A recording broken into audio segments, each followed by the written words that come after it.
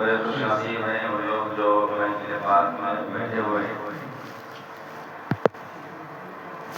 جو محفل کو اس زمانے میں رسماً کرتے ہیں، نہیں تو لوگ ہنسنے کے بنا نہیں کریں گے تو لوگ ہنسیں گے، یہی وجہ ہے۔ اور جو لوگ کچھ لوگ خوشی سے محفل پاک میں آتے ہیں، جیسے آپ لوگ، اللہ تبارک و تعالیٰ آپ تمام کے حاضر کو قبول عطا فرمائے۔ اس کا مقصد یہ ہونا چاہیے کہ سننے کے بعد اس پر عمل کیا جائے، اور ایسی باتیں بتائی جائیں جو ہم سن کر اس پر عمل کریں۔ آپ نے حضرت علامہ مولانا نصیر احمد اظہر صاحب سے بہت بہترین انداز میں تقریر سماعت فرمائی۔ ان کے بعد تقریر کرنے کی کوئی ضرورت نہیں ہے، دیکھیے جتنی باتوں کی ضرورت تھی ہم آپ کو بتا کر چلے گئے کہ حضور صلی اللہ علیہ وسلم اور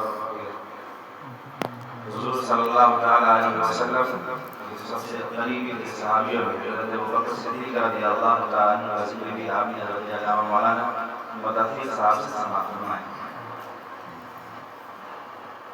حضرت علامہ مولانا نصیر احمد صاحب کے موضوع کو میں نے سنا، میں بھی ان کے نقش قدم پہ چلتے ہوئے علم کے تعلق سے میں کچھ آپ کے سامنے عرض کروں تو اس سے پیش کرائیے۔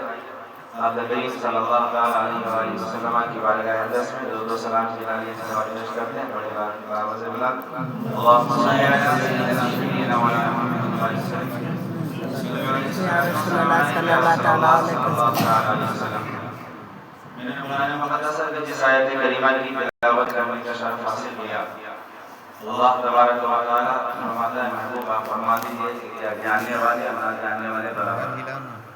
بالکل سارے لوگ چاہتے ہیں کہ ایک پڑھا لکھا انسان ایک ان پڑھ انسان دونوں برابر نہیں ہو سکتے۔ حضور صلی اللہ علیہ وسلم کی حدیث پاک ہے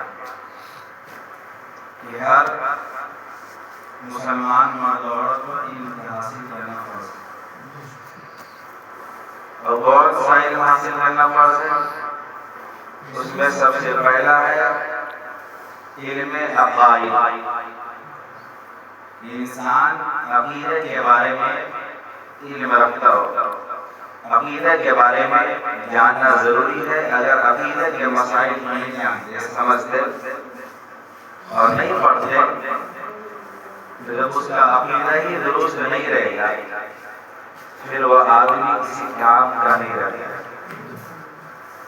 دنیا میں جو عیش و عشرت کی زندگی دیے گا، اگرچہ طرح طرح کی سہولیات اس کی زندگی میں آ گئی، لیکن مرنے کے بعد جب قبر میں جائے گا تو کوئی کام نہیں دینے والا، اس لیے کہ عقیدہ زندگی میں سب سے زیادہ ہے۔ اگر عقیدہ درست ہے، زندگی میں اگر نماز نہیں پڑھتا، روزہ نہیں رکھتا، زکوٰۃ نہیں دیتا، تو اس کے عوض وہ سزا تو پائے گا، عذاب اس میں نازل ہوگا، لیکن یہ کہ سزا چاہنے کے بعد کیونکہ اللہ غفور رحیم ہے، اللہ کی بخشش ضرور فرمائے، لیکن عقیدہ درست نہیں ہے تو پھر اس کی بخشش نہیں، وہ ہمیشہ جہنم میں جائے گا۔ تو علم عقائد سیکھنا ضروری ہے۔ دوسرا کیا ہے؟ علم طہارت، پاکیزگی حاصل کرنے کا طریقہ، اسی میں نماز ہے، روزہ ہے، سارے اسی میں علم طہارت ہی میں، علم عبادت بھی کہا گیا، اسی میں ہر چیز ہے کہ اگر آپ وضو کا طریقہ نہیں جانتے، جب آپ کا وضو نہیں ہوگا چاہے لاکھ سجدے کرے، لاکھ عبادتیں کرے، لاکھ نمازیں پڑھے، آخر میں نماز قبول نہیں ہوگی، کیونکہ وضو نماز کے لیے شرط ہے، اور عربی کا ایک معمول ہے کہ اذا فات الشرط وفات المشروط، نماز مشروط ہے، جب شرط ہی فوت ہو جائے گا تو مشروط ایٹومیٹکلی فوت ہو جائے گا۔ تو طہارت کا علم حاصل کرنا یہ بھی فرض ہے۔